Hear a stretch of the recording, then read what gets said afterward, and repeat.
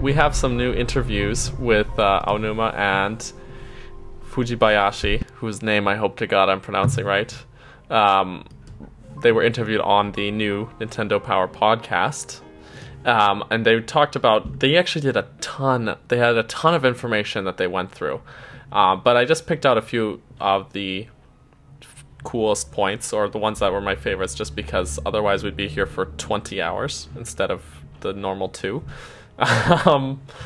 So the first one is where they talk about the inspiration behind the champions. Should I just read some of the article here, or should I just recap it? Jesse, what do you think? Jesse. Sorry.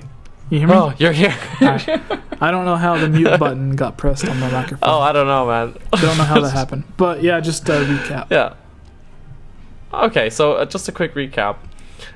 They talk about the champions, and Chris Slate, who's one of the hosts for this podcast, he sort of asked them what the inspiration behind the characters and the podcast was.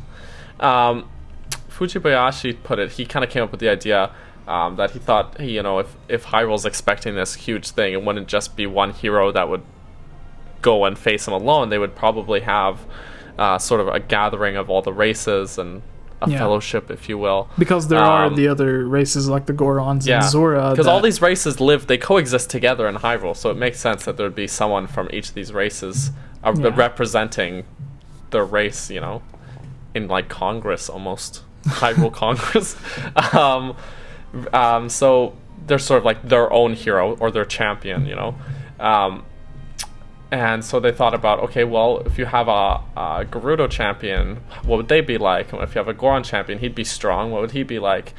And then they kind of came up with the champions from there.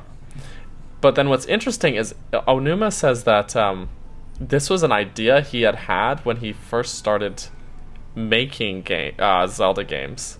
And he wanted to call them, initially when he came up with the idea, he called them the Hyrule 4, which sounds like a superhero, like a Marvel team, Fantastic Four, I guess. And then he came up, these two people that were heavily involved in Breath of the Wild came up with these ideas separately, but they both had the same idea, which is cool. Was this what you were talking about earlier when you mentioned that Aonuma said he came up with this idea like 20 years ago? You're cutting out, Jesse. I'm sorry. All right. Earlier you mentioned, was this the same idea that he had came up with like 20 years ago that he wanted to use for Ocarina of Time or whatever, or was that something different? No, that's this. So it's cool to see this idea come from like 20 years prior and like come to fruition now, Yeah. So with that, he said he had the idea of the 4 races. The Hyrule 4. Yes. The Rito didn't exist in Ocarina of Time.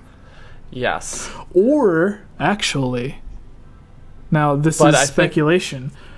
It was, there was the Ura expansion, which was supposed to introduce new areas, new dungeons and stuff. What if one of the areas was the Rito? And that would be the race for that. That would be interesting. But I think when, there's some screenshots that you guys should look on Twitter. Source Gaming, Push Dustin posted some screenshots from the Masterworks book. That's like basically the Hyrule history of just Breath of the Wild, right? And it's got a ton of concept art and stuff. And in the concept art shown there, it shows a concept of the champions. And there was originally a Kokiri champion instead of a Rito champion. But I guess eventually they changed it to Koroks, and that there was no champion for the Koroks. I bet they changed the champions from Ocarina of Time to the Sages. Maybe that's what it was. Yeah, because that makes sense. The Sages are basically a collection of like one individual from each race. You have your Kokiri, Goron, Zora, and in the same Gerudo, way, they're Sheikah. Leaders like in Breath of the Wild. Like you have this is the King Zora's daughter in both games. You have the leader of the Gerudo tribe in both cases. Yeah. You have I don't know if you would call him the leader of the Gorons, but like the main one. Darunia, yes, he is he's the big brother. I mean in Breath of the Wild. Oh, in Breath of the Wild, Daruk I think was either their leader or like their strongest warrior or something like that. Because I looked at Daruk in the same way that I looked at the one that turns into the boss from Twilight Princess. He isn't the leader, but he's Darbus. Yeah, Darbus is like the one, if like something's attacking, you're gonna go to him. Like he's the strongest. And then the Kokiri, obviously, like I think in Ocarina of Time they just chose Link's friend. The Kokiri aren't in Breath of the Wild, but the Koruks are, which are the same thing. Well, they are the same race, but they're evolved or unevolved into some state. Depends on what, like, it's not really confirmed, but depends on how you want to look at it. But they also talk about their favorite champions in this interview, and both of them picked Mipha, which is a fan favorite as well. Yeah, I think I read this. Aonuma said that he picked Mipha because of the story added in the DLC. Yeah, he said Urbosa originally in the base game, but then after all the stuff they added in the DLC, he now likes Mipha as his favorite. Yeah, which is interesting because I think that the DLC added more about Baby Sidon that I liked. He's so cute. God, I do really like Sidon as a character as well, but yeah, I don't know. Personally, like, Jesse, who's your favorite champion? Because I personally really like Daruk. I think he's just like a super fun and very positive character, you know, and he's got your back. Does anybody say Rivoli? I don't think so.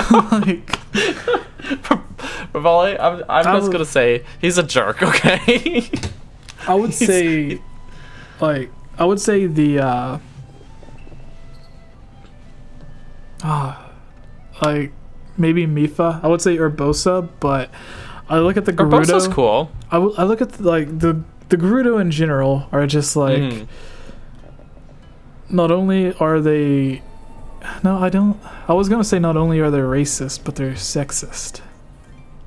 Cause like they don't but they're not really racist. Yeah, but the thing is, like, the Gerudo, so they have this law in the Breath Gorons of are racist, men can't a little, and the Gorons love everyone. No, like in Ocarina of Time and Twilight Princess, like they look down on the other races, and then it's only after you beat the Dodongo's cavern that they accept you as brother. True. And then in Twilight Princess, like they just keep everybody out. That's not a Goron. Yeah. Until you prove yourself to them. And then the Zora in Breath of the Wild, some of the older ones are they're just racist. Like, the old ones they're 100% racist. So but the Gerudo, like, they have that law where you can't enter the town, right? Yeah, that's not even because you're a man. It's not even like that's how bad it is. It's not even that they're just like they just choose to be sexist. It's like they're so sexist. They've made it an official law. But counterpoint to that is that when you go into Gerudo Town in drag and and you interact and you do all side quests and stuff, about half the Gerudo you talk to totally just see through your disguise and just don't care.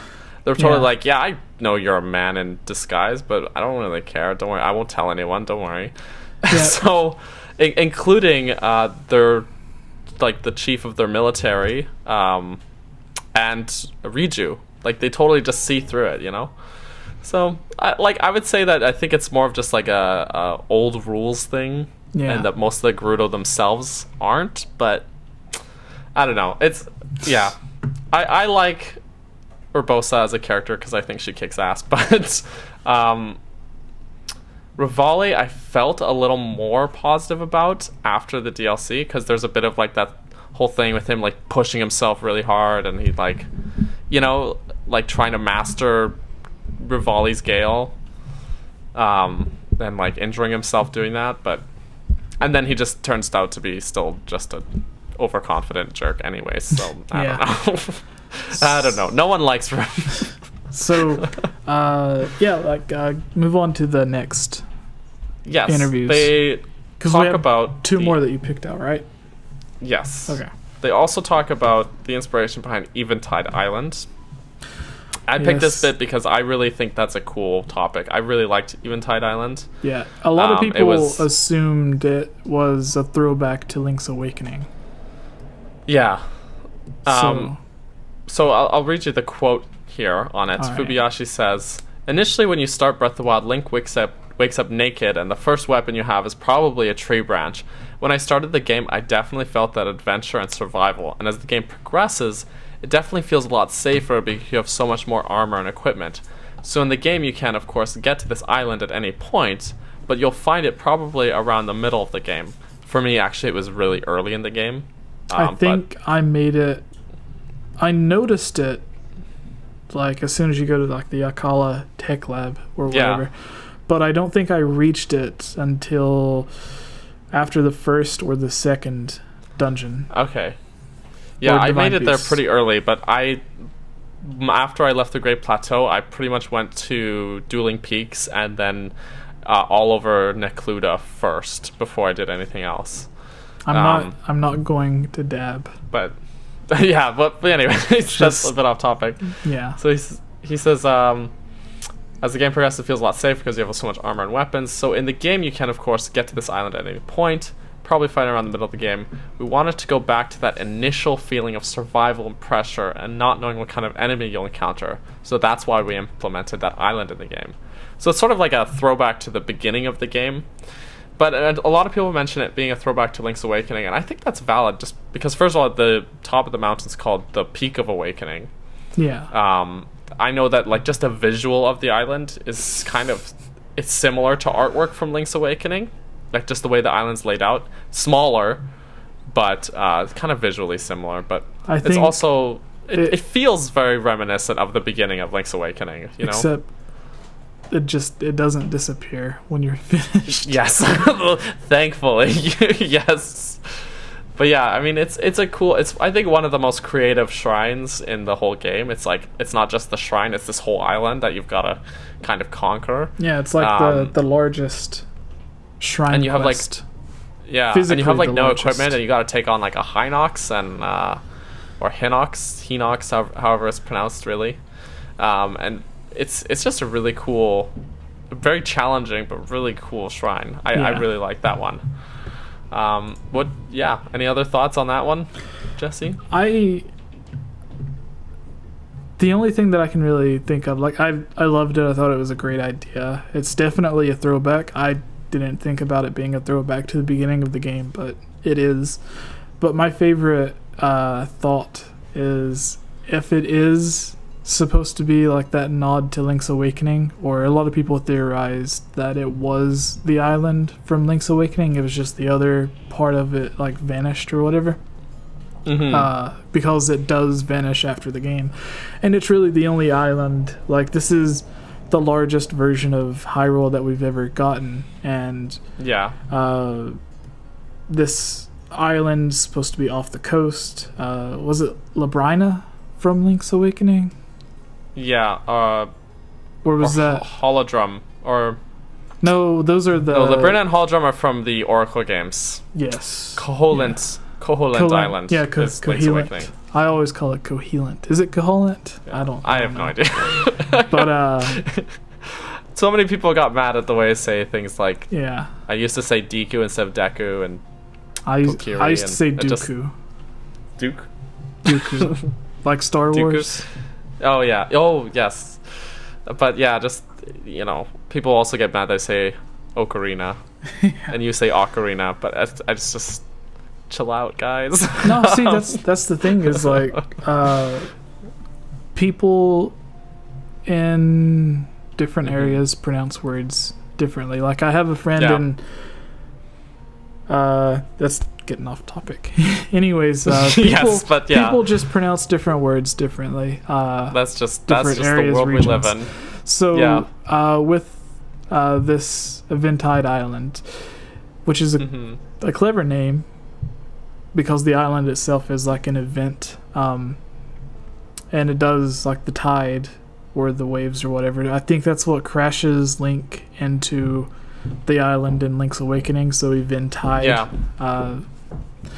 So in this, I thought like if this was supposed to be a callback to the island from Link's Awakening, then after A Link to the Past, Link didn't make it that far from Hyrule before he crash landed. So it's like, he's like a few hundred yards away, you know? So like he must have like set sail from Hyrule after A Link to the Past, and then like 2 minutes later crashed onto the island. It's like he's definitely not the sailor that he's no Wind Waker Link. Right. When it comes to sailing. Yeah. So people that were theorizing that it was the same island, just like most of it disappeared like in Link's Awakening. I just I keep thinking about that. That's like Link must be horrible with boats then. Like he's not good at it. Yeah. So what's our last well, the last one, they talk about the inspiration behind the runes. And I'll go over the quotes here again. Mr. Slate asked them again sort of about how they settled on choosing the runes instead of items. Fubiyashi says, initially we were thinking about getting items like in the older Zeldas, just in order, but when we considered that this world was so open and a free world where players could go anywhere, we thought perhaps providing them with what they need from the very beginning was important, especially if players are going to play in order or not in a specific sequence. We thought it would be very important to have these tools from the beginning, so when we were thinking about items or runes, we were thinking perhaps doing that from early stages of development. Well, you know what's funny, Jesse, is that I made a video a bit ago on Nintendo Prime's channel called The Importance of the Great Plateau. And pretty much my point of that video is summed up in this quotation here, is that so although that was a few months ago that I made that video, but yeah, it's I see what they're going for. Like the thing that's great about Breath of the Wild is that while it can, some people view it as a downside, especially you because you don't get your hook shot, but the Plateau provides you with these 4 runes, and like those are basically Link's inventory for the whole game. And though there's only a handful of them instead of like a whole huge collection of items, they have like great application, and they are used differently and creatively throughout the whole game. So yeah, it makes sense that they would have them all sort of at the beginning, and sort of distinguishing them from items that you get throughout the game, because everything you pick up breaks, so you need something that won't break, and makes sense that it wouldn't break, because it wouldn't make sense for you to get boomerangs, right, and then those don't break but your sword does for some reason. So it makes sense that they'd have to distinguish it somehow, like from the rest of your items, by having them as runes, right? That's just my thought on top of that. Any other thoughts, Jesse? No, I think it makes perfect sense, because they are the items that the dungeons themselves are based around. Like, you can get into tricky situations to where it's like you need a fire arrow to get past a certain spot. But then if you're creative, you can use what you already have. So like you can throw down a fire sword or something and then pick it up with one of the magnesis rune and then use it to touch whatever it is that you need to burn. So there are situations like that, and instead of like needing an ice arrow to shoot platforms in the water like you had to do in like Majora's Mask, I believe there were areas where you had to do that. Yes, yeah. The whole Great Bay Temple that was the shtick of that temple. Yeah. So instead of using ice arrows to do that like you did in previous games, it gave you something that you would never run out of. Yeah. So you had the ice rune, and then that's how you can make platforms and stuff.